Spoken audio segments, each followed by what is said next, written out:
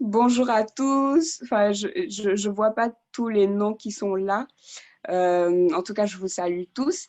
Et bonjour également à vous, Madame Faye Célestine. C'est un plaisir de vous recevoir sur ce webinaire. Et comme c'est dit, voilà, le thème, c'est sur la mode éco-responsable. Moi, je m'appelle Jemima et je fais partie en fait de l'équipe des community managers de Dunia Éthique.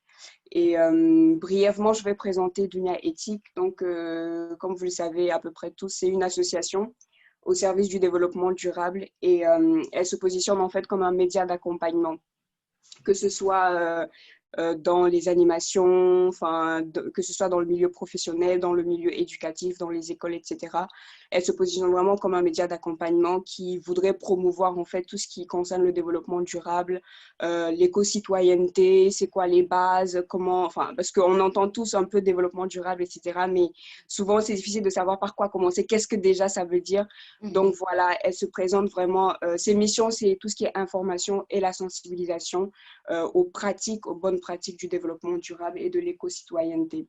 Et du coup, dans le milieu professionnel, elle fait des formations, coaching des employés, en fait, pour savoir quelles sont les bonnes pratiques. Et dans le milieu éducatif également, elle apporte par des animations ludiques, etc.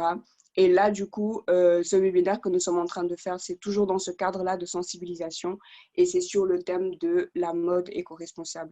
Et notre CIO, la présidente fondatrice justement de Dunia Éthique est avec nous, Madame Aïcha Lawson. C'est elle qui porte la vision du coup. Et je vais lui laisser la place, se présenter et on va démarrer.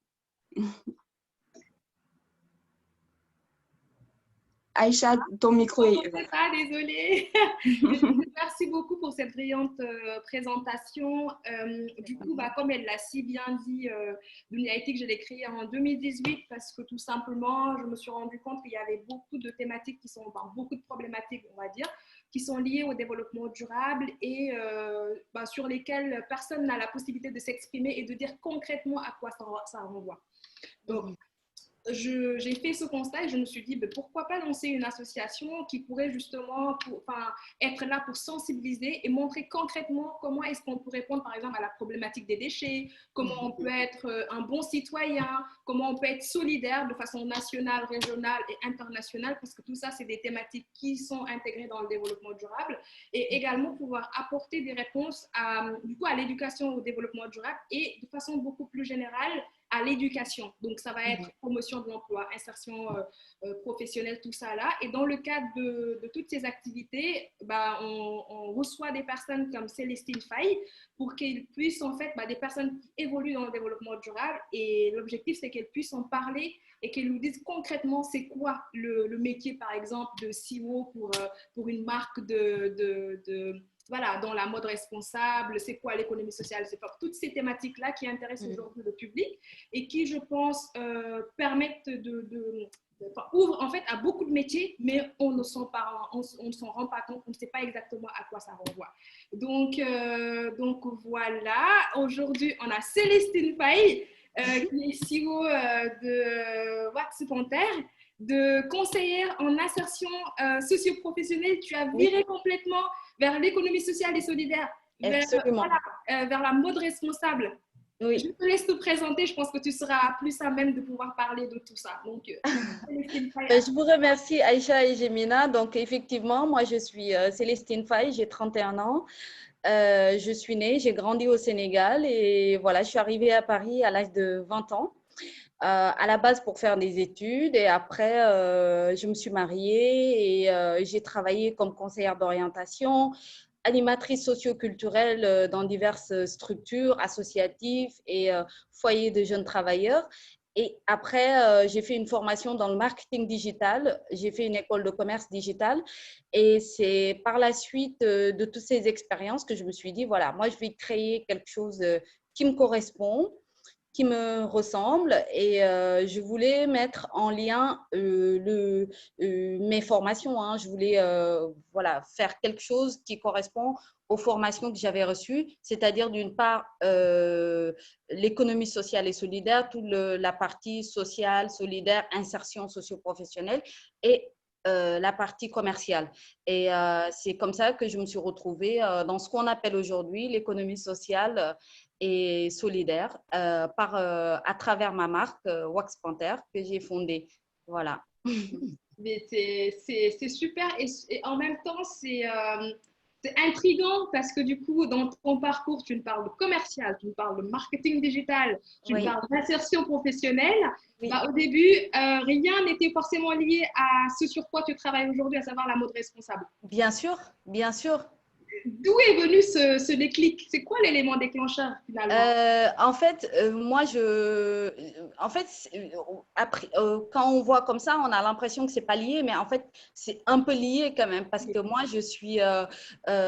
quand on est conseillère en insertion ou animatrice socioculturelle, on est forcément sensible à ces questions-là, à l'écologie, au développement durable, à la protection des richesses, à comment sauvegarder notre patrimoine, comment sauvegarder notre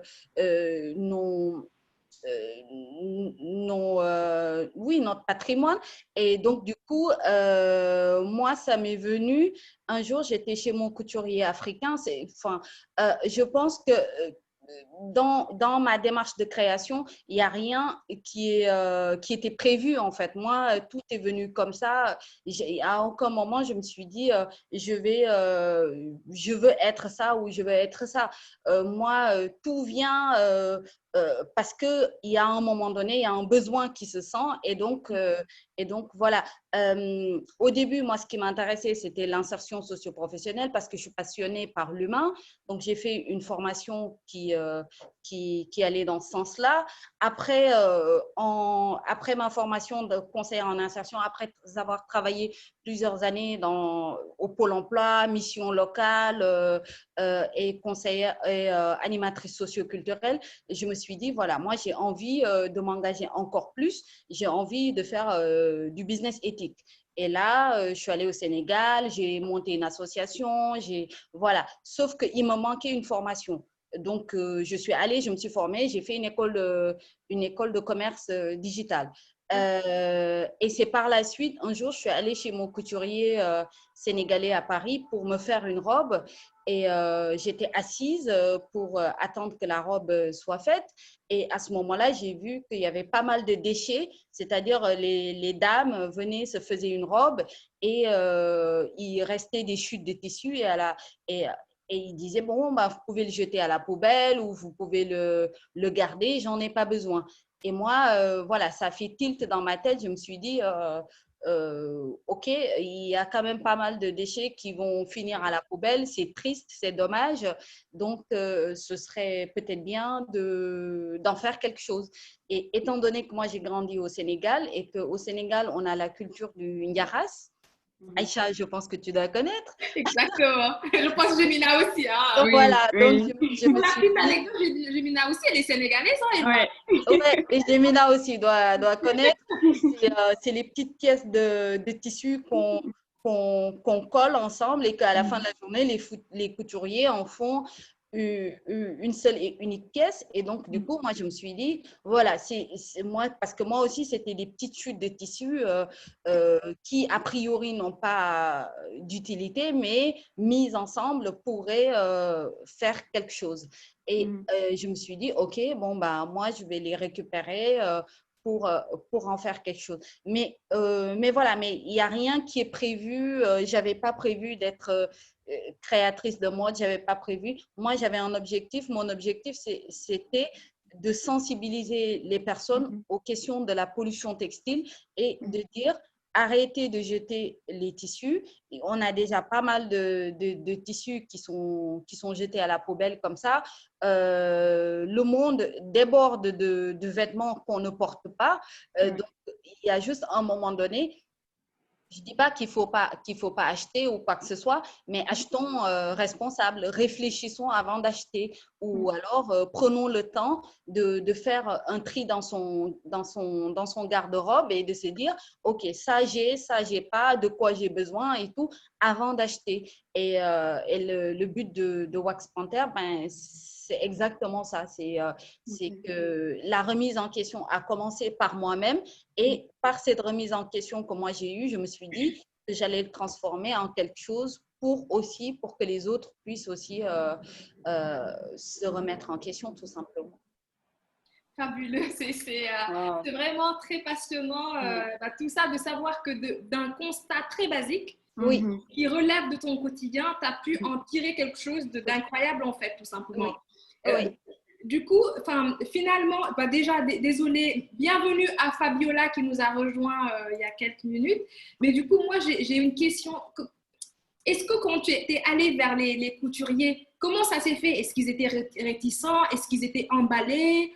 Comment ça s'est fait? En fait, ils étaient sceptiques, en fait. Moi, la première fois quand j'ai vu cette dame-là et que j'ai dit au couturier, j'ai posé des questions au couturier parce que je ne suis pas venue et je lui ai dit non, vas-y, donne-le-moi et tout. Je lui ai posé la question parce que le comportement de la dame m'a un peu, pas Alerté. choquée, mais un peu, ça fait tilt dans ma tête. Et D'accord. donc, du coup, j'ai posé la question au couturier. Je lui ai dit, est-ce que ça vous arrive souvent? Il me dit oui. Je lui dis combien de fois dans la semaine? Et il me dit 2, 3 fois, il y a des dames et tout. Et je lui dis ah d'accord. Donc c'est-à-dire que vous avez beaucoup de chutes. Il me dit oui, oui, oui, on en a beaucoup et tout. Je lui dis d'accord. Je lui dis ben vous en faites quoi et tout. Et c'est en lui posant des questions qu'à la fin, je lui ai proposé à la fin parce qu'il a vraiment en lui posant des questions, lui-même, il était devant le fait accompli. Il a pas, Ouais. c'est-à-dire que je lui ai posé des questions et à la fin, il ne pouvait pas dire non. Donc, il Mhm. était obligé d'accepter. Mhm. Et donc, du coup, c'est là où je lui ai dit, bon, ben, écoute, moi, je te récupère les chutes de tissu et, en contrepartie, si tu veux, moi, je te donne quelque chose. Et puis, et puis voilà, et puis moi, de toute façon, je saurais quoi en faire, il y a pas de problème. Et du coup, il a accepté. Mais vraiment, il faut prendre le temps d'observer, c'est beaucoup d'observation, beaucoup d'analyse et prendre le temps de connaître les personnes et de les appréhender. Et honnêtement, les couturiers, ils ne sont pas méchants. Moi, quand je l'ai fait avec le premier couturier, il m'a présenté après d'autres couturiers. Il m'a dit, ah, viens, je vais te montrer d'autres et tout. Et à la fin, Wow. maintenant, j'ai un cercle, enfin, Ouais. j'ai mon cercle de couturiers et j'ai même plus besoin d'y aller. Maintenant, je m'assois chez moi, j'appelle au téléphone, je leur dis, préparez-moi les chutes de tissu, je viens les chercher. Et donc, Wow. ouais, et à la fin, ouais. Et donc, voilà, c'est comme ça que ça s'est fait. Ça s'est fait doucement, petit à petit, mais avec beaucoup de… Il faut les apprivoiser, les couturiers. C'est des Sénégalais, c'est des mâles dominants. Donc, voilà, faut Je pense les que ça, c'est un autre débat. Ça pourra faire l'objet d'un autre webinaire. Désolée pour Allez, les… qui me suivent, on est désolé, on s'excuse. Bon. Je ne sais pas, Ouais. Julina, si tu as des questions à poser à Célestine par rapport à son Oui, parcours. moi, je veux bien savoir en fait comment s'est fait la transition. Enfin, est-ce que tu as commencé petit à petit avec les couturiers et puis quand l'affaire a commencé à grandir, c'est là que tu as vraiment formalisé les choses? Ou Mm, est-ce que directement tu as commencé à faire un business plan, un site web, etc. Tu sais, quand tu veux lancer mm, un projet et tout, tu t'assois, tu fais le business plan, etc. ouais. Comment s'est passé en fait cette transition-là Ben, du constat et de la proposition au couturier jusqu'à vraiment la création de d'accord. de l'entreprise. OK. Donc, moi, j'avais la chance d'avoir fait une école de commerce, donc je savais à peu près ce que je voulais faire. Donc, quand j'ai proposé au couturier, effectivement, les premiers modèles, je lui ai demandé à lui. C'est-à-dire que Ok, j'ai récupéré les chutes de tissu, je lui ai dit, on va faire quelques tests. Et on a fait 3, 4 modèles et tout. Et j'ai dessiné les modèles. Et après, d'accord. je lui ai demandé de le faire, il l'a fait. Ok, Sauf qu'une fois qu'il l'a fait, moi, pendant que lui, il le faisait, moi, j'étais en train de faire un benchmark, c'est-à-dire que ok. j'ai regardé un peu tout ce qui se faisait Faisais. et j'ai tout noté, j'ai préparé mes fichiers, j'ai tout noté, Mhm, j'ai vraiment regardé qui sont mes concurrents, à quel prix ils mhm. vendent, qu'est-ce qu'ils vendent, quels sont les produits Ok, qu'ils vendent. Donc voilà, j'ai tout noté. Et après, c'est vraiment donc, j'ai fait 10 modèles. La première fois, j'ai fait 10 modèles avec mon couturier sénégalais. Et après, une fois que ces 10 modèles-là sont prêts, je les ai ramenés chez moi. J'ai fait les photos avec les mannequins, tout ça. Et après, j'ai commencé à communiquer là-dessus. Parce qu'en fait, on ne peut pas, quand on veut, comment dire, quand on veut créer des vêtements, surtout des vêtements, quelque chose qui est de l'ordre du visuel, de l'esthétique, il faut montrer, en fait, il faut montrer les produits pour que les gens ils voient, ils remarquent. Et moi, j'avais fait un parti pris de prendre vraiment des vêtements occidentaux, en fait, de me dire, je vais créer des robes que personne n'a jamais vues. Par exemple, j'ai pris… au début, j'ai fait des robes des années 50 avec des manches froufrou un peu et tout. Et parce que j'ai fait beaucoup de recherches, j'ai écouté beaucoup. Je me suis mise sur YouTube pendant 10 jours. J'ai écouté Yves Saint Laurent, j'ai écouté les grands créateurs. Voilà. Et après, à la fin, j'ai fait une synthèse de tout ça et je me suis dit, je vais créer quelque chose qui sorte un peu de l'ordinaire, en fait. Et c'est comme ça que j'ai commencé. Donc, j'ai commencé par 10 pièces. Et après, j'ai fait les photos avec les mannequins, tout ça. Et après, j'ai commencé à vendre. Et c'est vraiment quand j'ai commencé à vendre que les choses se sont mises en place doucement. Par exemple, avant, tous mes vêtements, je les confiais à des couturiers africains. Maintenant, je travaille avec des entreprises d'insertion sociale et solidaire. Et donc, je ne confie plus du tout aux couturiers africains parce que dans mon projet, j'avais à cœur que ça puisse aider d'autres personnes aussi. Et donc, voilà. Et du coup, quand tu dis que tu as dessiné les modèles, ça veut dire que tu avais un peu une base, enfin, tu avais une passion pour la mode, pour le stylisme, etc. C'est quelque chose qui était un peu en toi déjà de base. Ou bien est-ce que tu as dû prendre le temps de c'est ça, travailler? ouais. En fait, pas forcément le stylisme, mais moi, de toute façon, je dessinais quand… Enfin, moi, je dessine même avant, quand j'étais salariée, quand je rentre du boulot, je dessinais parce que ça me détend, c'est quelque chose qui me détend, c'est de l'art et tout. Quand j'étais enfant aussi, je dessinais beaucoup. Je me souviens, avec mon père, mes journées étaient tout le temps occupées. Je faisais de la musique, de la danse, on allait à la bibliothèque. C'était, voilà, ça n'arrêtait jamais. Toute la journée, j'étais overbookée. Wow. Et donc, du coup, voilà, j'ai encore gardé ces trucs-là. Et du coup… oui, donc en fait, même quand j'étais salariée, quand je rentrais le soir, une de mes activités qui me détend, c'est dessiner ou alors chanter. Ou, voilà, donc je faisais de l'activité artistique quand même. Et c'est pour ça que j'étais contente d'être animatrice socioculturelle parce que justement, toute cette passion-là, je le transmettais à des jeunes aussi. Maintenant, ça se comprend mieux quand tu dis que tu as joint en fait tout ce que tu sais faire, tout ton parcours, pour trouver vraiment ce qui te correspond le plus en fait dans ce que tu fais. Oui, bien sûr. Après, il y a une forme il faut gagner la place aussi. Par exemple, quand on n'a pas fait d'école de stylisme ou de modèle, c'est un peu compliqué de se faire sa place, quoi. Moi, au début, tout le monde me posait la question. Je me souviens, j'intervenais dans des rencontres, tout ça, et les gens, ils me posaient la question, où est-ce qu'elle est ta légitimité, pourquoi tu fais ça, alors que, et tout. Et du coup, voilà, moi, je leur disais que ma légitimité, c'était moi-même et c'était mon parcours, c'était ce que je porte en moi. Et de toute façon, voilà, j'étais à un tournant de ma vie où il fallait vraiment que je fasse ça parce que c'était important, c'était urgent et j'avais besoin de m'exprimer, en fait. Ouais.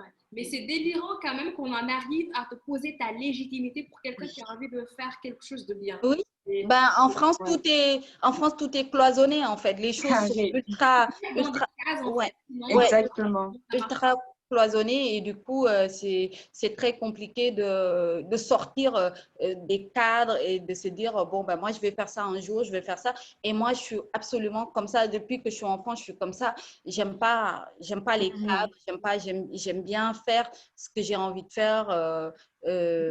Voilà, j'aime bien faire il me faut des challenges, des revanches, il me faut des trucs à faire et du coup, ouais, c'est ça, parce que c'est ça finalement qui permet de laisser exprimer ta oui, créativité au final. Sinon, si Oui. tu restes dans des cases, oui, tu es resté dans des cases, j'ai envie de dire. oui, Mm. oui, Voilà. Et par rapport à ça, j'imagine que tu travaillais déjà en tant que conseillère en insertion professionnelle. oui, Est-ce que oui, tu as dû du coup arrêter ton emploi pour oui, te consacrer à 100%? oui. Comment ton entourage a pris ça, ta famille et même par rapport à tes collègues? Comment est-ce qu'ils ont Mhm. pris cette décision? Ben, en fait, les gens, quand je leur disais, que ce soit ma famille ou les amis, quand je leur disais je vais arrêter pour faire ça, tout le monde rigolait. En fait, les gens, ça les faisait rire, ça les amusait. Et au début, ils ne me croyaient pas. Personne ne me croyait. Les gens, ils pensaient que que ça allait passer. En fait, c'était une lubie du moment et que ça allait passer. Et en fait, ils se sont rendus compte que ça passait pas. Donc, du coup, oui, c'est compliqué de quitter, comme je disais tout à l'heure, c'est compliqué de quitter un cadre pour Mhm. aller vers un autre cadre qui n'a rien à voir, qui les deux n'ont rien à voir en fait. Parce Mhm. que moi, même mes amis avec qui j'étais à l'école de commerce me disaient, mais Ah ouais? Carrément? pourquoi? Ouais, pourquoi quoi? Oui, parce que moi je suis pas couturière, Ouais. j'ai pas fait une école de mode, je suis pas, Mhm. je sais, j'ai une idée j'ai envie, mais par contre j'avais pas fait d'école de mode, j'avais pas fait de couture et donc du coup voilà, ça paraissait compliqué. Et pour ma famille, c'était d'autant plus compliqué. Ma mère, elle m'a dit, euh, parce que moi, j'avais quand même un poste de responsable commercial dans une boîte qui vendait des solutions informatiques. Donc, Mhm. quitter ça pour aller Ouais. faire de la mode, c'était un peu. Alors que j'avais aucune formation, c'était un Mhm. peu. Mhm. Et tu as Ouais. tout laissé tomber, tu as tout plaqué, Oui, démission, pour aller te oui, mettre à 100% à ton compte. Ça te stresse? oui. Non, ça me stresse pas parce qu'en fait, j'avais besoin de, il y avait un manque, il y avait quelque chose Mhm. qui était en moi Oui. et c'était un manque en fait et qui était beaucoup plus fort, beaucoup plus puissant Ouais. que, Que ce que tu voyais, que les ouais, circonstances. voilà, Ouais. que quitter son travail en fait. Donc voilà, donc moi j'avais besoin de m'affirmer, j'avais besoin de montrer, euh, surtout j'avais besoin de construire quelque chose qui est à moi en fait, qui me correspond, qui me Ouais. ressemble, qui est mienne en fait. Ouais. Et donc du coup ça c'était plus fort que le reste. Et non, j'étais pas stressée, j'avais des diplômes, j'avais un background, j'avais du bagou, donc je me suis dit voilà, on y va. Au pire, si tu échoues, ben, tu trouveras autre Mhm. chose. C'est pas la fin du monde. On verra. Mhm. Ouais. Non, mais Ouais. je pense que beaucoup de personnes aujourd'hui peuvent s'identifier à ton parcours parce qu'à un moment donné, quand tu fais les études, tu finis Oui, les études, tu as envie de travailler. oui, Mhm. C'est voilà, c'est ce que tu as envie de faire, c'est ton objectif. Et une fois que tu es dedans, tu te rends compte que tu apportes pas vraiment de valeur ajoutée si c'est uniquement Mhm. pour une boîte donnée. Voilà. Et donc, oui, quelque part, si tu as des passions que tu avais laissées de côté, par exemple, tu as oui, envie de les accomplir quelque part pour pouvoir vraiment être toi. Te dire que bien sûr, je pense bien que sûr.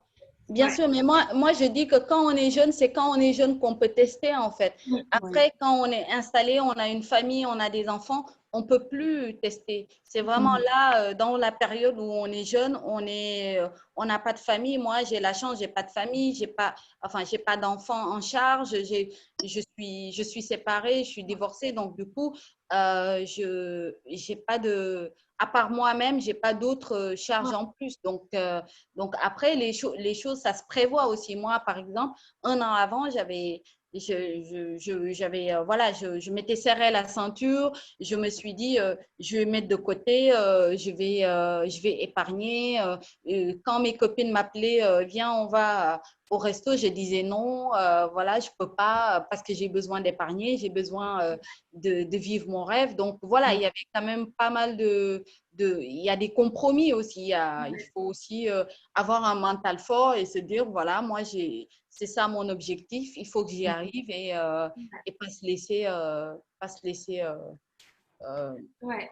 ouais. D'ailleurs, oui, maintenant que tu en parles, du coup, comment, enfin, lorsque tu as quitté ton travail, est-ce que tu te basais sur un financement ou sur des économies ou, enfin, comment s'est Oui, passée moi, cette transition? j'avais des économies, donc Ok, j'ai commencé d'accord. avec mes économies. Les premiers Bien. prototypes que j'ai fait, je les ai faits avec mes économies. Mais Ok. après, voilà, c'était pas non plus la fête, on y va Ouais, et tout.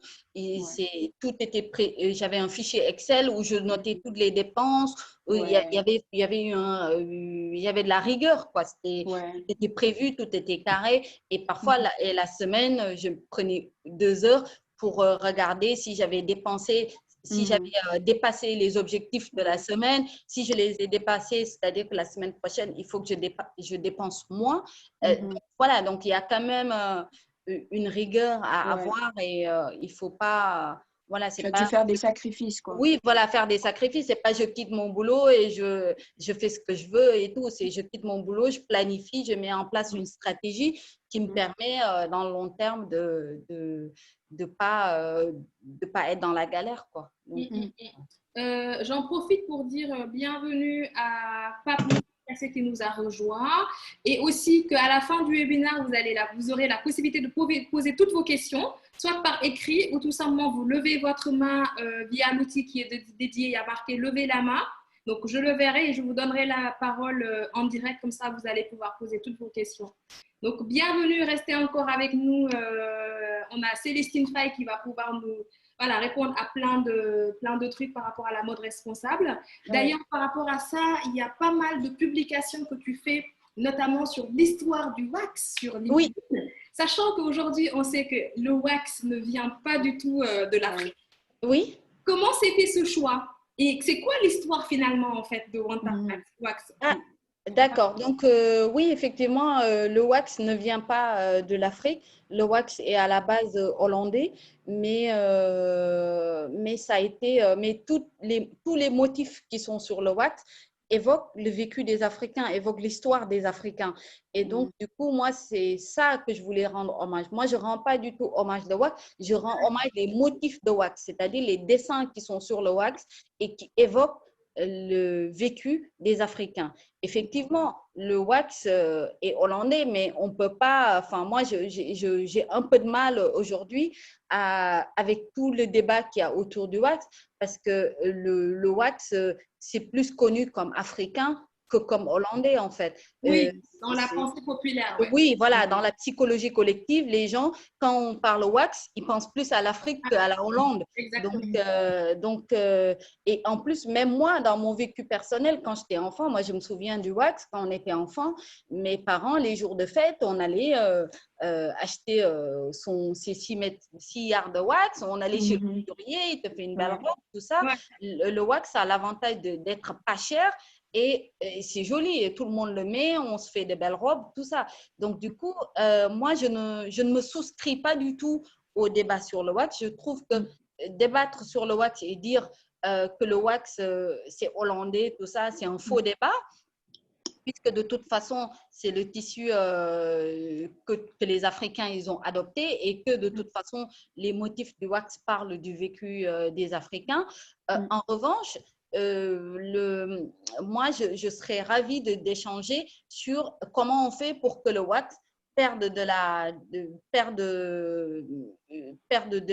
la valeur pour qu'on mette les autres tissus Je suis plus en africain. avant. Voilà. Mhm. Mais débattre sur le wax n'est pas africain, je trouve que c'est un débat stérile qui n'apporte pas grand-chose à l'Afrique, en fait. Donc, Mhm. Non, mais complètement, je suis tout à fait d'accord avec toi, mais c'est vrai que c'est intriguant. Oui. Si on en connaît un peu de ce qu'on dit du wax, hein, et que derrière, il y a cette envie quand même de promouvoir l'Afrique. Mais du coup, en t'entendant, on comprend mieux le choix de tout ça. Le wax, il y a Nana Wax en Afrique qui font du wax. Hein. Oui, mais c'est-à-dire que toi, c'est intéressant parce que toi, Oui. c'est aller chercher l'histoire. Oui. C'est ce que je veux dire. Donc, c'est ça qui est intéressant finalement. Donc, Oui. parce que je te suis beaucoup sur LinkedIn et je vois que tu mets beaucoup en avant la culture africaine, mais à travers les motifs, ce que ça signifie. Je ne sais pas comment tu fais pour faire parler le wax en fait, Célestine. Comment tu fais? Non, mais c'est beaucoup. Là, encore une fois, c'est beaucoup de recherche en fait. Moi, quand un sujet il t'intéresse, tu fais des recherches, tu t'impliques dedans, tu regardes, tu écoutes et tout. Moi, ce que je fais aujourd'hui, je ne le fais pas par hasard. C'est parce que aussi j'ai écouté des gens. C'est parce que j'ai eu des gens qui ont été contre moi. C'est parce que j'ai eu des gens qui m'ont donné leur opinion. En fait, c'est bien d'écouter c'est bien d'écouter la pluralité des voix. C'est-à-dire qu'il ne faut pas juste écouter ce qu'ils me disent, ah, c'est beau, c'est joli, c'est truc. Il faut aussi écouter ce qu'ils me disent que non, on est contre toi parce que ça, parce que ça, parce que ça. Parce que ça me permet aussi de réfléchir, d'avancer et de me dire, OK, peut-être que ça, je ne l'ai pas bien fait, ça, je l'ai mal fait. Donc, par rapport à l'histoire du wax, moi, il y avait un débat. Un jour, j'étais allée dans une rencontre où on m'a dit que j'étais en train de faire l'apologie ou le truc des Européens. Il y a plusieurs dames sur LinkedIn qui m'ont envoyé des messages en me disant « Ouais, le wax, c'est un tissu hollandais. Comment tu peux parler du wax alors que c'est le tissu du colon ?»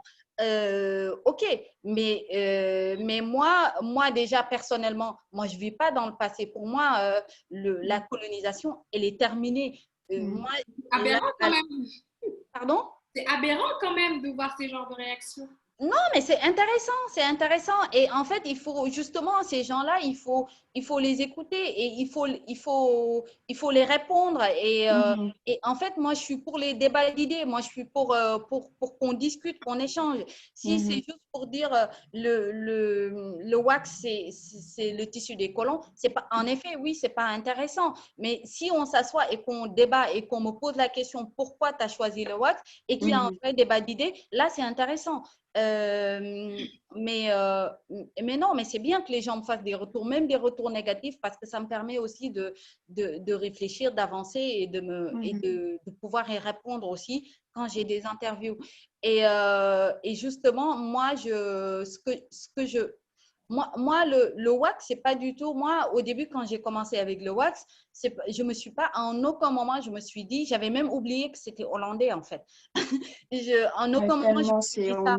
Voilà, moi, ce qui m'intéresse dans le wax, c'est les motifs qui parlent et qui parlent du vécu des Africains. Et ce qui m'intéresse dans le wax aussi, c'est un peu ma Madeleine de Proust à moi. C'est le tissu de notre enfance. C'est quelque chose qu'on attendait avec impatience comme un cadeau de Noël, que pendant les fêtes, notre maman nous achetait les trucs. Bah, allez, viens, on va chez le couturier, on va te faire une robe en wax et tout. Voilà, en fait, c'est ça qui m'intéresse dans le wax et pas forcément les débats. Mais après, oui, il faut débattre, il faut échanger, il faut expliquer et ça fait partie du jeu. Ouais. Finalement, il y a une part de nostalgie qui revient de ton enfance. Oui, bien sûr, il y a une part de nostalgie et il y a une part ouais, c'est ce que je disais, la Madeleine de Proust, c'est une nostalgie, c'est faire revivre le tissu de mon enfance et c'est dire que voilà, il n'y a pas que des choses négatives dans le wax. Il y a aussi toute la beauté du wax, tout le vécu des Africains, tous les motifs qui parlent de l'Afrique. Et ça aussi, c'est quelque chose qu'il faut rappeler. Exactement. Dimina, je ne sais pas si tu veux rebondir sur une question, mais ouais. Enfin, du coup, je continue un peu toujours sur le wax, la fabrication, plus la fabrication de tes produits, du coup. Est-ce qu'il y a une équipe avec toi? Est-ce que, il y a des conseils avec toi de mode, etc. Comment se passe concrètement, comment se passe la fabrication d'un produit avec Wax Panther? C'est quoi le point A et jusqu'au point final, du coup? Donc, moi, j'avais un associé qui est décédé il y a 3 semaines. Et d'ailleurs, que je rends hommage, voilà, on travaillait ensemble tous les deux. Et voilà. Comment ça se passe, Wax Panther? En général, ce qu'on fait, c'est qu'on a une ligne de vêtements et on a une ligne d'accessoires de décoration. Faut savoir que Wax Panther, c'est pas du tout. Moi, je suis pas du tout créatrice de mode et tout. Moi, si je suis un peu créatrice de mode, mais le message que je veux faire passer, c'est le message de l'Afrique, en fait, et de la femme africaine, de l'évolution de la femme africaine, parce que je m'étais rendu compte que pendant longtemps, on a pris la femme africaine comme une femme qui est arriérée, qui n'est pas représentée et tout. Et moi, à travers Wax Panther, je voulais vraiment représenter la femme africaine, vraiment montrer que les femmes africaines, elles sont là, elles existent, elles comptent et elles font des choses fabuleuses aussi. Donc, c'est pour ça que je dis à toutes les femmes qui nous regardent aujourd'hui, croyez en vous, croyez en votre potentialité, croyez à ce que vous, à ce que vous savez faire, à ce que vous avez envie de faire, parce que on est toutes capables de faire des choses extraordinaires. Et du coup, voilà, moi, c'est ça que je voulais montrer déjà à travers Wax Panther. Je l'ai fait passer par les vêtements, effectivement. Parce qu'au début, moi, ce qui m'intéressait, c'était comment je peux transmettre ma culture à travers le recyclage, le développement durable et le wax. Voilà, c'était plus ça, en fait. Et après, voilà, j'ai commencé par des… moi, en fait, je trouvais que dans le wax, il y a beaucoup de vêtements. Les gens, ils créent beaucoup de vêtements, mais ils ne créaient pas suffisamment d'accessoires de décoration. Donc, moi, je voulais développer cette partie qui est accessoires de décoration, c'est-à-dire les poupées, les peluches, et donc, du coup, moi, mes poupées, je les ai appelées Ndateala, je les ai appelées… voilà, parce que je voulais rendre hommage à aussi toutes ces reines qui sont oubliées, dont on ne parle jamais. Et qui sont fondatrices des idéologies fortes et qui sont des femmes fortes, qui sont des femmes guerrières et qui nous ont donné ce que nous sommes aujourd'hui. Et ça, moi, je voulais le rappeler et aussi le montrer peut-être aux Afro-descendants, à des Sénégalaises qui sont nées en France et qui n'ont pas eu la chance d'apprendre cette culture-là. Donc, le fait d'appeler les poupées Ndateala, ça permettait, enfin, c'est ce que je pensais, que ça permettrait à des filles, des jeunes filles africaines nées en France de se dire c'est qui Ndateala et après d'aller sur Google et de chercher.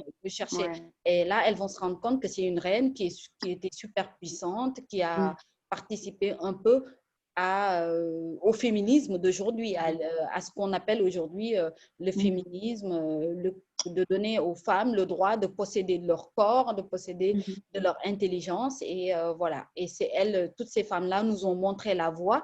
Et c'est pour ça qu'on est ce qu'on est aujourd'hui. Et voilà. Et désolée, je suis bavarde, donc de temps en temps, il faut avec plaisir. C'est intéressant, c'est enrichissant tout ça. Et je rebondis sur cette question parce que je pense qu'avec le projet que tu portes, il y a un côté solidaire qui fait que derrière, il y a une politique de redistribution équitable des richesses. Je pense que c'est ça que tu essaies de mettre en avant en travaillant avec, par exemple, des couturiers. Mais concrètement, comment toi, tu mets en avant cette vision solidaire à travers ton projet en travaillant avec toutes les personnes avec qui tu travailles aujourd'hui? En fait, moi, je travaille avec des ateliers chantiers d'insertion. Donc, c'est des personnes en situation de handicap. Donc, à chaque fois que quelqu'un il achète un vêtement Wax Panther, nous, on reverse 10% aux associations qui produisent nos vêtements. C'est des personnes en situation de handicap et qui font nos vêtements. Après, par ailleurs, je fais aussi ça par le recyclage. Je recycle des chutes de tissu. Et le but, c'est de ne pas acheter justement beaucoup de tissus, mais j'en achète. Hein. Pour certains vêtements, c'est important d'acheter des tissus parce qu'on ne peut pas les faire. Mais le but, c'est d'acheter le moins de tissus possible. Le but, c'est de recycler les chutes de tissus qui sont ici, qui sont disponibles et que personne n'utilise et qui parfois finissent à la poubelle. Le but, c'est de recycler ces chutes de tissus-là. Et moi, en général, je ne l'appelle pas recyclage, je l'appelle justement revalorisation des déchets textiles parce que justement, je trouve qu'il faut redonner leur lettre de noblesse à ces tissus qui sont voués à la poubelle et qui sont très beaux et qu'on peut utiliser. Voilà. Et ça a été difficile, le démarchage avec les différents centres d'insertion? Non, étant donné que moi, j'étais conseillère en insertion, donc ça a été un peu plus facile parce que justement, je suis allée, je me suis présentée, j'ai parlé avec eux, j'ai passé un accord avec eux. Donc, voilà, je leur ai montré que j'étais là, que j'ai déjà travaillé dans l'insertion, que je connais comment ça marche et que je suis là justement pour un partenariat et que je ne suis pas du tout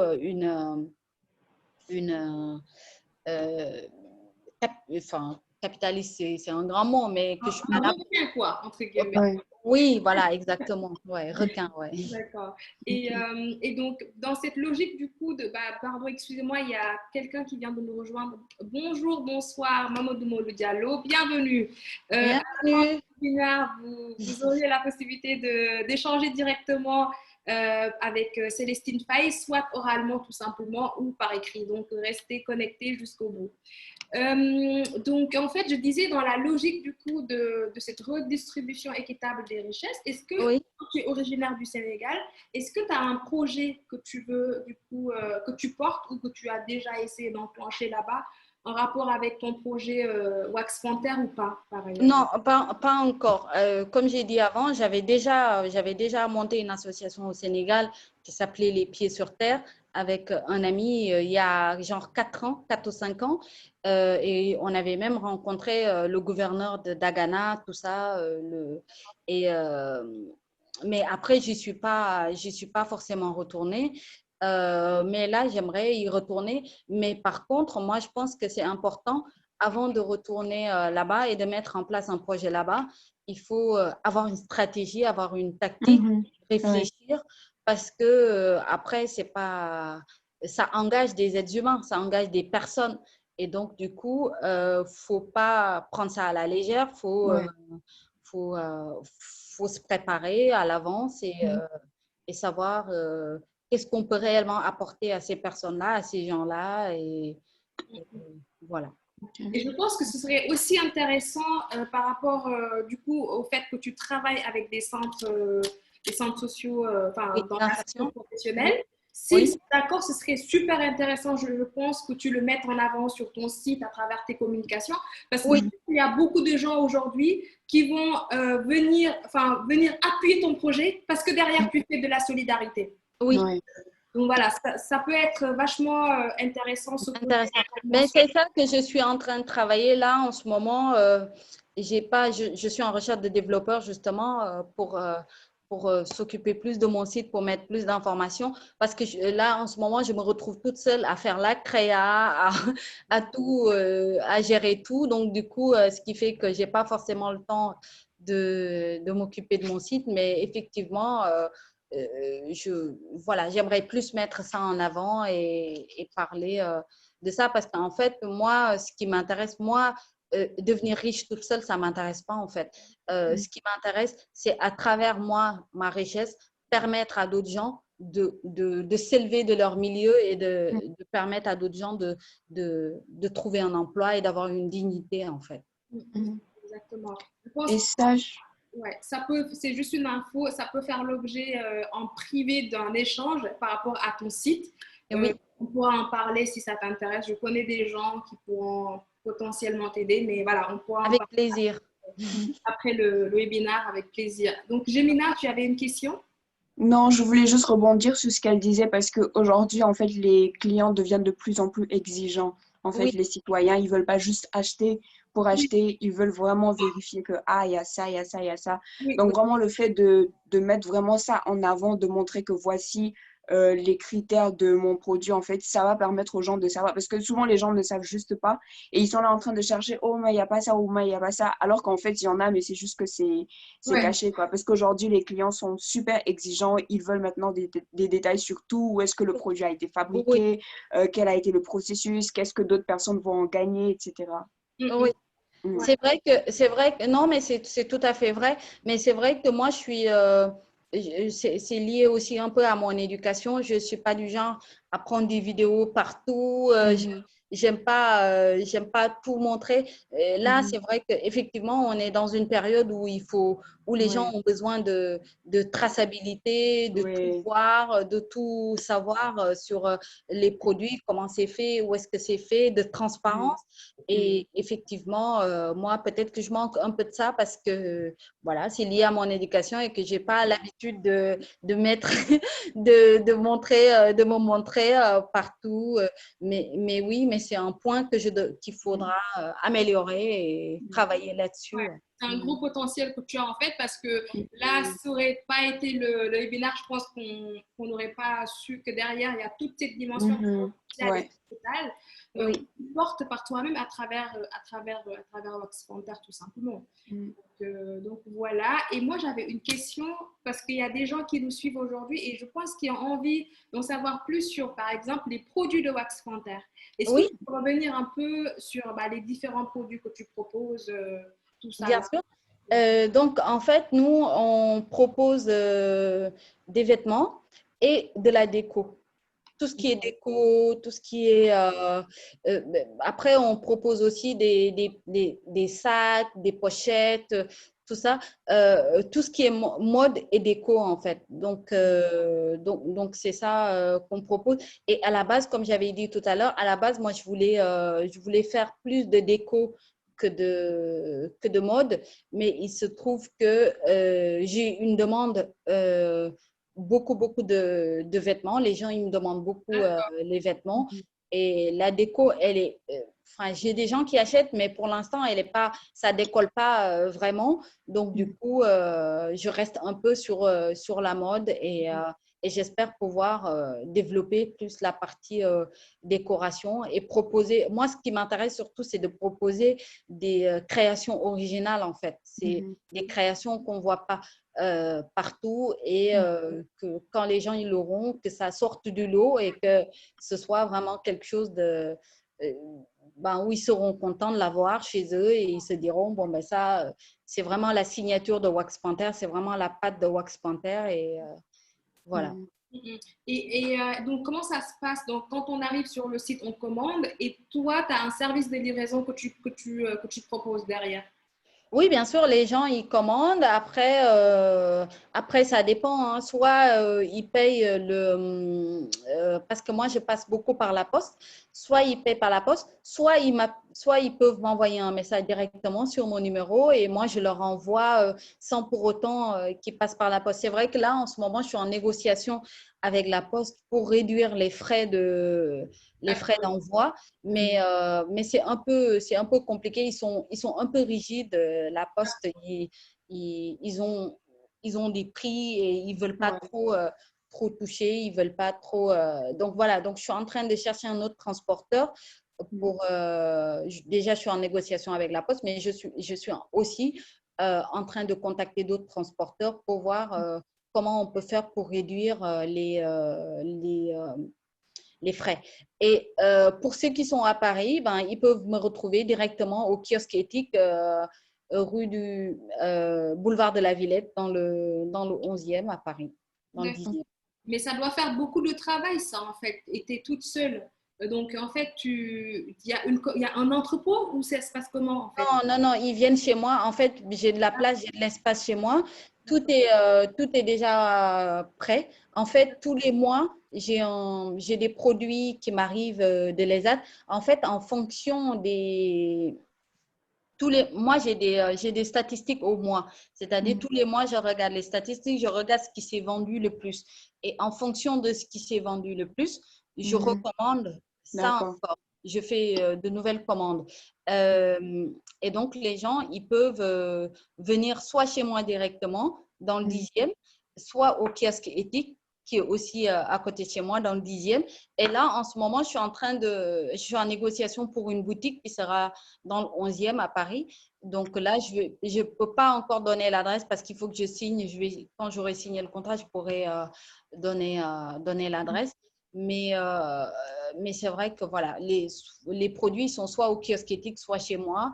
Et voilà, ou sur mon site. Mais les sites, en ce moment, je m'en occupe pas trop parce que, comme je vous ai dit, mon associé est décédé. Donc, je me retrouve toute seule à tout faire. Donc, c'est un peu compliqué, un peu lourd, quoi. Mes condoléances de passage pour Merci. cette douloureuse perte. Jemina, je ne sais pas si tu as des questions par rapport à ça sur lesquelles tu veux rebondir ou pas. Non, sur ce sujet, non, j'ai plus de questions sur quoi rebondir. D'accord. Je pense qu'on arrive au terme du webinaire. Aujourd'hui, comment tu pourrais définir, Célestine, la mode responsable?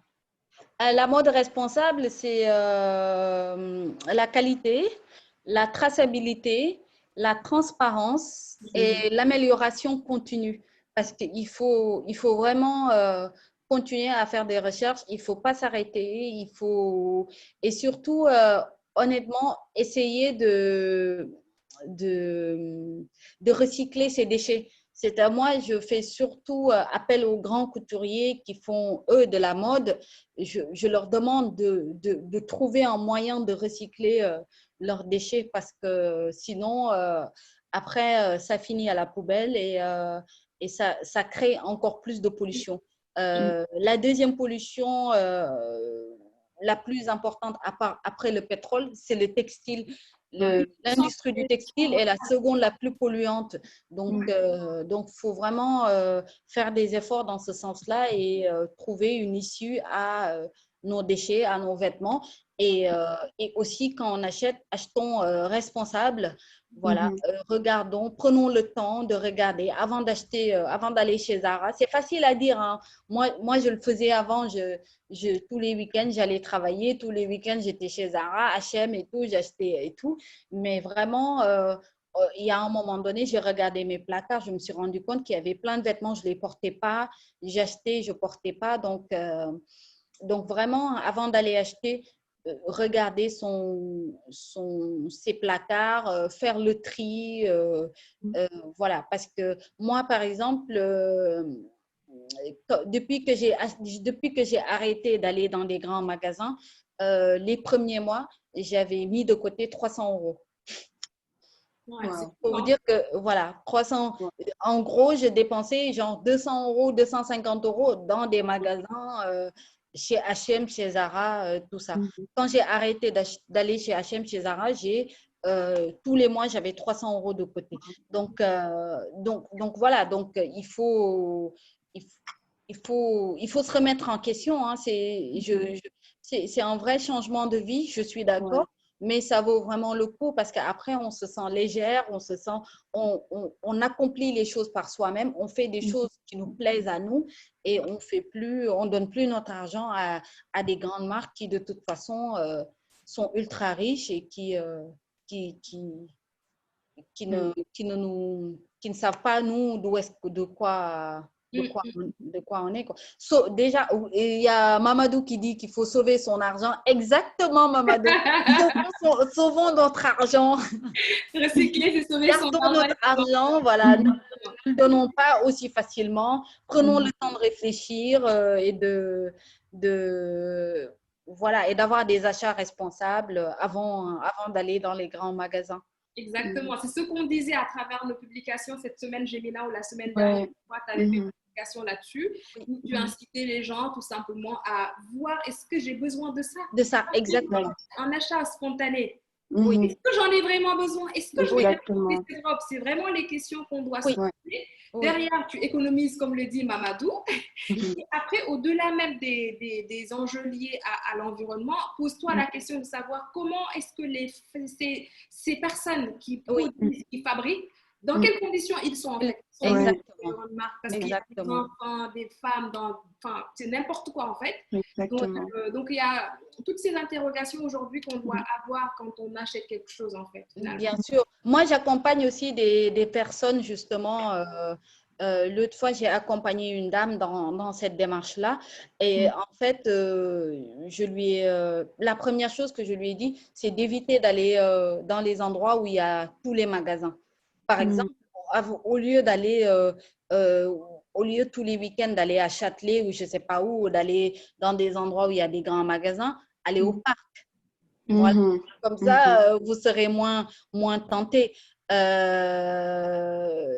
Allez, faites du sport, je ne sais pas, moi, faites quelque chose d'autre qu'aller dans les grands magasins où il y a tous les trucs, où on sera tenté, où on va sortir sa carte, on va acheter.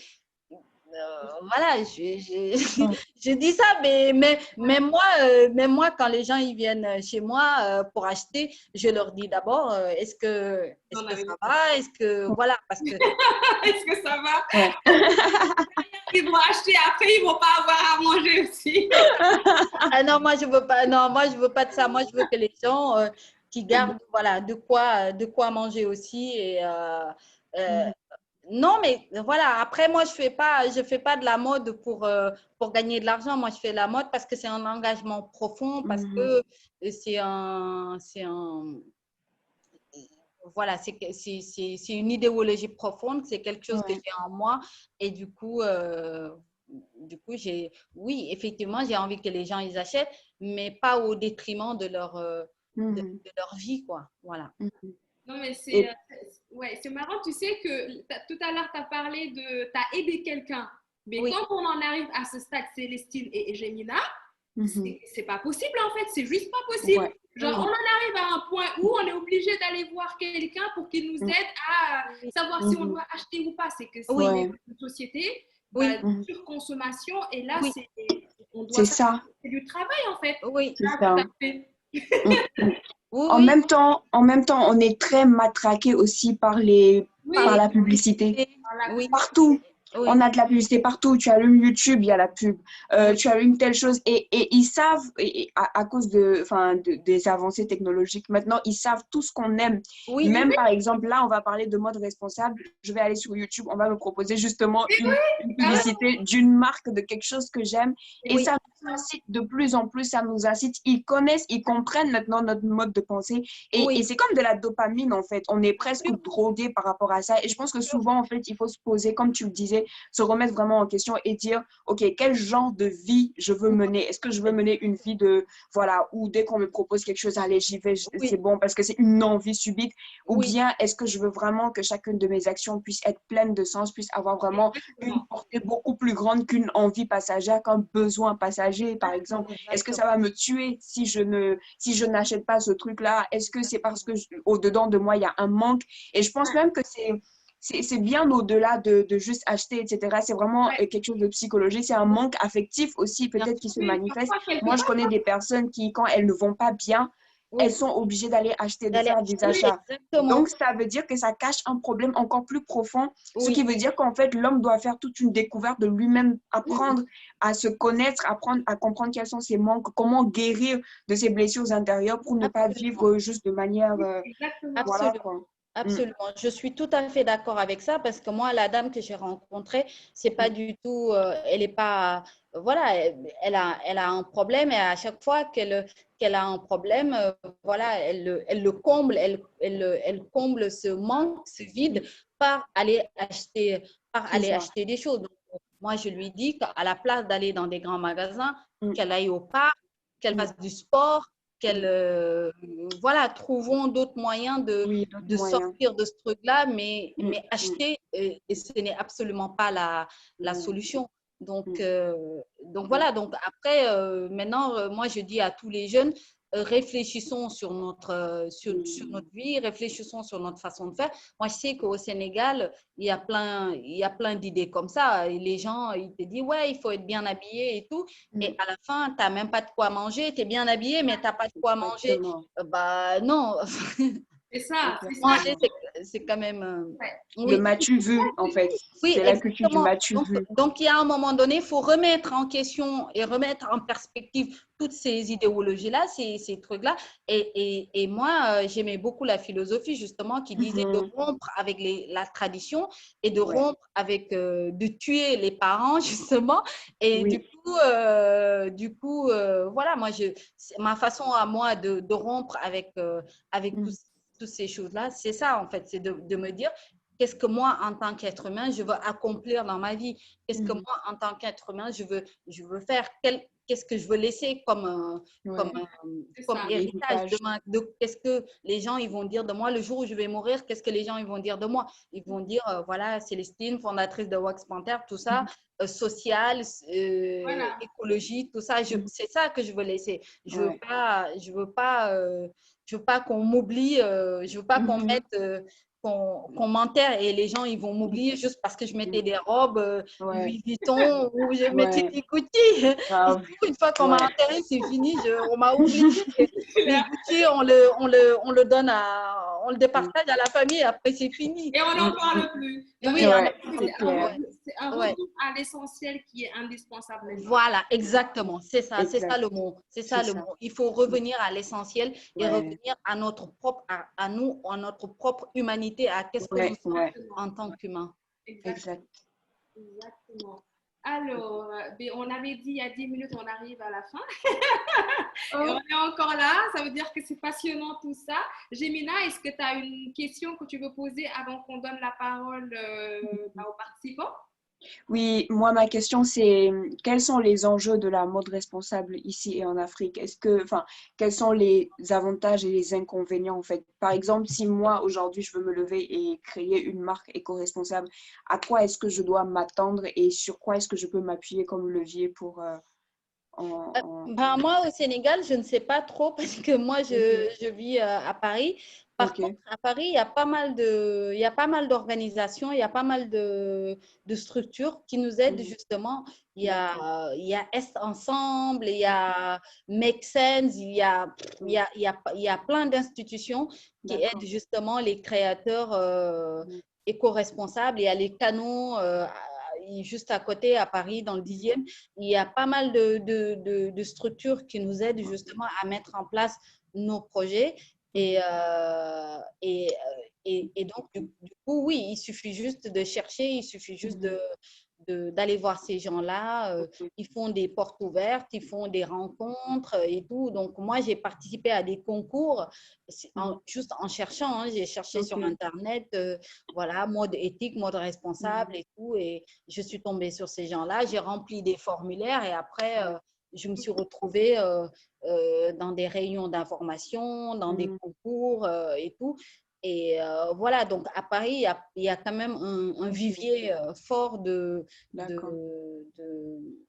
dans ce domaine, quoi. Oui, de financement, d'entreprises qui a impact, qui vous aident à mettre en place votre projet, tout ça. Donc oui, c'est pas mal. Après, au Sénégal, je ne connais pas trop. Moi, je connais juste les associations au Sénégal. Qui, eux, peuvent donner des informations. Mais après, je ne sais pas s'il y a vraiment de l'accompagnement derrière ou de l'aide derrière et tout. Et moi, je dis souvent aux jeunes d'essayer, en fait. Je pense que c'est bien, il faut essayer de faire quelque chose. Je pense que c'est bien d'essayer. Mais quand je dis essayer, je ne dis pas prenez tout votre argent, vous jetez ça et non. Commencez par genre 3-4 articles et essayez, parlez-en à votre entourage, faites des jolies photos, faites même des réunions, où vous invitez les gens pour discuter, pour leur montrer les créations que vous avez faites, tout ça. Et à la fin, peut-être que parmi ces gens-là, il y aura des gens qui vont vous dire, moi, ça m'intéresse et tout. Moi, j'ai fait tellement de réunions. J'ai même j'ai même invité toutes mes copines ici chez moi. J'ai fait des soirées. J'ai dit à mes copines, invitez vos copines. On a fait des soirées et tout. Et j'ai même une copine qui m'appelle Madame Soirée Tupperware. Parce que- parce qu'au début, je faisais ça, je disais à mes copines, venez avec vos copines et tout. Et après, je sortais les robes, je montrais et tout. Donc, C'est intéressant ça. Wow. oui, Wow. C'est de belles idées. ouais. Donc, il faut réfléchir, quoi. Il Être faut, créatif. oui, être créatif et pas foncer tête baissée. Ouais. Il faut être créatif, il faut Mhm. réfléchir, il faut expérimenter, il faut tester, mais le tout en étant super organisé, Mhm. euh, en mettant ces trucs en place, en mettant et après, un jour, vous allez voir, il y a plein de gens qui vont aimer. Maintenant, par exemple, sur Instagram, vous pouvez mettre vos produits, demander aux gens est-ce que ça vous plaît, qu'est-ce que vous en pensez et tout. Et là, il y a plein de gens qui vont. Ça ne veut pas dire qu'ils vont acheter derrière, hein, mais au moins, vous allez engager une communauté. Et dans Oui, cette communauté-là, exactement. parmi ces gens-là, il y a des gens qui vont vous Ouais. acheter. Moi, je sais que par exemple, tous mes clients viennent de LinkedIn, par exemple. Mhm. Euh, Mhm. Toutes les semaines, j'ai des clientes qui viennent chez moi, qui m'achètent des choses et tout parce que j'ai engagé une communauté sur LinkedIn qui me suivent, Ouais. qui sont intéressés par ce que je fais et tout. Ouais. Donc, du coup, voilà, faut D'accord. tester. Il n'y a pas de recette miracle. Il Mhm. faut tester, il faut essayer et s'approprier son projet. Voilà. Mhm. D'accord. Est-ce qu'aujourd'hui, par rapport à ta perspective de développement pour Wax Panther, est-ce que tu penses à recruter même des bénévoles, hein, mais Mhm. vraiment permettre à des jeunes qui sont intéressés par le sujet de Oui. commencer par quelque chose, peut-être avec toi, mais est-ce qu'il y a cette idée-là? Ben, en fait, jusqu'à présent, je n'avais pas pensé à ça parce que justement, avec mon associé, on faisait les choses à deux. Ça marchait très bien parce qu'il Mhm. avait des compétences que moi, je n'ai pas. Donc, du coup, c'était très bien. Mais là, depuis le décès de mon associé, justement, je suis en train de réfléchir sur peut-être trouver des jeunes je ne sais pas moi, trouver des jeunes, oui, pour m'aider, peut-être dans les parties que moi, je maîtrise le moins. Et donc, du coup, oui, effectivement, je suis en réflexion actuellement, ouais. Mais Mhm. après, étant donné que ça fait que 2 semaines que mon associé, 3 semaines que mon associé il est décédé, j'ai besoin Ouais, Ouais. de recul. Et Récupérer. là, je pense que le plus urgent, c'est un développeur qui va un peu remettre à jour mon site, tout ça. Après, pour le reste, j'ai besoin de prendre un peu le temps, de fixer les choses et après, peut-être de me dire, j'ai besoin d'autres compétences. Mhm. important, c'est important. Bon, si Gémina n'a plus de questions, je pense que C'est cette bon. fois-ci, Et c'est les gens qui nous écoutent, ils n'ont plus de questions non plus? Si, je pense qu'ils vont en avoir, hein. Donc, vous avez la Ouais, je crois possibilité aussi. soit de lever votre main, comme ça on vous donne la parole. El Hachkam, Fabiola, Mamadou Molou Diallo, Mariam Djiré, Marie-Gaëlle Samb, Pape Moussa Kassé. Vous avez tous la parole. Vous avez la possibilité de poser vos questions directement en cliquant sur Converser ou en levant la main pour que je puisse vous donner la parole. Donc, à vous l'honneur. Il y a Mamadou qui avait demandé si Madame Faye est présente sur les réseaux sociaux. Ah Oui, oui, super. c'est Wax Panther. Ah, je vais répondre. Donc, Oui, sur Facebook, sur LinkedIn, sur c'est Instagram. Ouais. ça? Sur Instagram aussi? Mm. D'accord. Ah, il y a Marie-Gaëlle Samb qui a levé la main et à qui on va donner la parole avec plaisir. Alors, hop, donc, allez-y. Est-ce que vous m'entendez? Oui, Oui, très bien. Oui, super, super. Alors juste, je vais faire un petit mot parce que moi je vais devoir y aller. Je voulais surtout remercier pour ce webinaire qui était très inspirant. Je connaissais aucune des deux organisations avant et on m'a conseillé de le faire parce que voilà, je suis passionnée par ces sujets textiles, etc. J'ai produit un mémoire dessus et c'est des choses qui m'intéressent beaucoup et sur lesquelles j'ai beaucoup d'idées. Donc merci à Célestine pour merci à toi. Non, vraiment, c'est très inspirant et ça motive. Et je pense que voilà, ça mériterait que plus de gens soient présents pour t'écouter et que tu transmettes cette passion qui est assez communicative. Et merci pour l'organisation. Enfin, moi, ça m'a beaucoup plu. Je suis restée jusqu'à la fin. Et voilà, je pense que je repars avec une force nouvelle de tout ça parce que je me dis que maintenant, c'est possible. Ah Et, bah oui, c'est et possible. voilà. Et il faut qu'il y ait de plus en plus de gens qui s'engagent aussi. Clairement, clairement. Et c'est un projet complet, voilà, qui dans tous ses aspects est engagé. Et donc c'est beau et ça donne envie, de se battre pour tout ça. Donc merci. Et vous êtes à Paris? Pardon? Vous habitez à Paris ou vous êtes... Exactement, ouais. Moi, j'habite sur Paris. Et d'ailleurs, oui, Célestine, moi, je suis web développeuse et UX designer, donc je pense qu'il y a des choses à faire ensemble. Mais également, je réfléchis parce qu'actuellement, donc j'ai quitté mon dernier travail durant l'été et je réfléchis justement à un projet dans le textile qui est enfin, c'est pas la même chose, mais il y a quand même des aspects qui se recoupent. Donc, je pense que Célestine, dans tous les cas, je prendrai contact avec toi sur LinkedIn pour qu'on puisse en discuter, etc. Et voilà, si tu veux bien. Plus de personnes qui s'engagent justement dans ça parce qu'on a besoin de personnes et ensemble, on sera plus fort. Clairement, c'est sûr. Bon, ben, merci beaucoup, Marie-Gaëlle, d'avoir participé et d'être restée jusqu'au bout surtout. Mais merci à vous pour l'organisation. À bientôt, j'espère. Avec plaisir. Au revoir. Au revoir. Au revoir.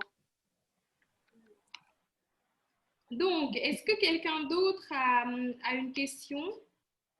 Soyez pas timide, hein. C'est le moment de poser toutes vos questions si vous êtes intéressé par le sujet de la mode responsable. En attendant, moi j'ai une question. Est-ce qu'aujourd'hui, j'imagine que ça doit être difficile avec la perte que tu as eue de ton associé, mais je me pose des questions par rapport à là où tu veux aujourd'hui mener Wax Panther. Pardon? Là où tu veux mener aujourd'hui Wax Panther. D'accord. En fait, moi, j'aimerais bien justement fédérer une communauté de créateurs africains et justement qu'on mette ensemble nos produits. Parce qu'en fait, moi, je vais là bientôt, je vais m'installer dans une vraie boutique pour le coup. Et je suis en négociation. Je vous donnerai les infos plus tard parce qu'il faut que je signe le contrat et tout. Je vais m'installer dans une vraie boutique et donc j'aurai besoin de fédérer d'autres créateurs éco-responsables pour le coup, éthiques, et pour qu'on soit ensemble justement et qu'on se donne des forces et qu'on crée une vraie, comment dire, qu'on crée vraiment quelque chose qui soit éthique, responsable, une vraie synergie, voilà, tout à fait, une vraie synergie et je pense que ce serait intéressant. Et le but, c'est vraiment de donner la parole à toutes ces jeunes, toutes ces femmes qu'on ne voit jamais, qu'on n'entend pas, qui n'ont pas souvent la parole, toutes ces femmes qui veulent accomplir leurs rêves et qui n'y arrivent pas. Et voilà. Et moi, c'est ça mon objectif, c'est vraiment de fédérer des femmes qui veulent s'engager dans l'économie sociale et solidaire, dans la mode éthique, en fait. Et jusque-là, tu as eu des banques ou des institutions publiques qui t'ont accompagné dans le développement? Oui, j'ai eu des institutions publiques. Les canaux m'ont accompagnée. C'est une institution publique, mais par contre, j'ai pas eu de banque. J'ai essayé de faire petit pour l'instant, parce que là, quand je vais ouvrir, parce qu'en fait, au début, on teste son projet. Parce que moi, jusqu'à présent, je faisais en petite quantité et en pièces uniques, petite quantité et tout. Donc, j'étais en train de tester mon projet. Donc là, ça fait 1 an, donc j'ai une idée de ce qui marche et ce qui ne marche pas. Donc maintenant, je peux vraiment, pour le coup, faire appel à des banques et faire appel mais au début, c'est important d'essayer d'abord, de tester son projet et après de se lancer dans quelque chose de plus grand. Je pense que c'est une logique assez raisonnable et finalement, très intelligente en fait, d'une manière Mhm. alors, on a une question Ouais. de Mariam Djiré qui dit: Bonsoir à tous, surtout merci pour cette belle initiative. Je souhaiterais savoir comment on peut définir la mode responsable. Une courte phrase claire et concise. Ben, la mode responsable, c'est une mode où on ne fait pas des milliers de kilomètres, qui est, où l'empreinte carbone est importante, où le choix des tissus est important, la traçabilité est importante, la qualité, elle est importante, et la transparence, elle est importante. Voilà. Ok. Je ne sais pas si ça vous paraît clair pour vous, mais n'hésitez pas à relancer Célestine. En même temps, elle m'a demandé une phrase courte, claire et concise, donc j'ai... Voilà. Bah, si vous voulez, vous pouvez aussi prendre la parole. Peut-être qu'avec l'échange, ça va être beaucoup plus simple à comprendre finalement. C'est assez clair. Ouais. Bon, ça me paraît concise. Ah, ben voilà. Ouais, elle a Clair. dit. Très bien. Est-ce Une que mode quelqu'un respectueuse. d'autre a une question? Bon. Bah, s'il n'y a personne qui veut poser de questions, moi, j'en ai plus. Gémina, est-ce que tu as des questions? Non, c'est On arrive au terme du webinaire, à Oui. vraisemblablement parler. Et, bah, du coup, je tenais vraiment à te remercier, Célestine. Bah, merci à toi et merci à vous. Merci à Gemina. Avec plaisir. Et j'espère que ça a aidé les gens qui écoutaient. Et, voilà. Et on a besoin de monde pour s'engager dans cette démarche, dans cette cause. Et donc, du coup, ben, vous pouvez me retrouver sur LinkedIn, n'hésitez pas. Je réponds à tous les messages. J'essaye en tout cas de répondre à tous les messages. C'est vrai qu'elle est très, très réactive sur LinkedIn. D'accord. C'est vrai que c'est un peu compliqué, mais j'essaye quand même de répondre à tous les messages. N'hésitez pas à la suivre, à parler de son projet. Oui. S'il y a parmi les personnes, s'il y a des gens qui veulent aussi, comme, comment elle s'appelle, la jeune fille d'avant, s'il y a des Marie-Sam. Oui, Marie. S'il y a des gens qui veulent aussi s'engager dans la mode durable, éthique et tout, donc ils peuvent me poser des questions. Voilà, j'aurai pas mal d'infos à leur donner. Et de toute façon, il faut s'entraider, hein, il faut partager. C'est ça la vie, quoi. Ouais. Merci infiniment pour la générosité du partage de ta connaissance, de ton expérience, de tout ça là, et surtout pour ta disponibilité, parce qu'il y en a des qui sont engagés dans des projets, peut-être que leur temps ne leur permet pas, mais ils font pas beaucoup d'efforts non plus pour pouvoir aider d'autres personnes. Donc pour ça, vraiment, merci infiniment. Et puis après, on se reprendra dans les canaux privés pour continuer l'échange, tout simplement. Pour continuer l'échange, oui, bien sûr, avec plaisir. Donc, merci aussi à la petite Jamie Gemina. Avec plaisir. De soleil, elle est engagée dans l'asso et elle donne vraiment beaucoup pour l'association, dans le community management notamment. Gemina. Merci beaucoup. Merci. Gemina, je pense que c'est elle qui va l'animer toute seule. Donc, là, je serai présente pour regarder ça. Tu as déjà une première. Merci beaucoup. Je me sens moins seule là. Exactement. En tout cas, merci infiniment et puis on reste en contact. Ok, merci Aïcha, merci à tous. Ciao. Ciao.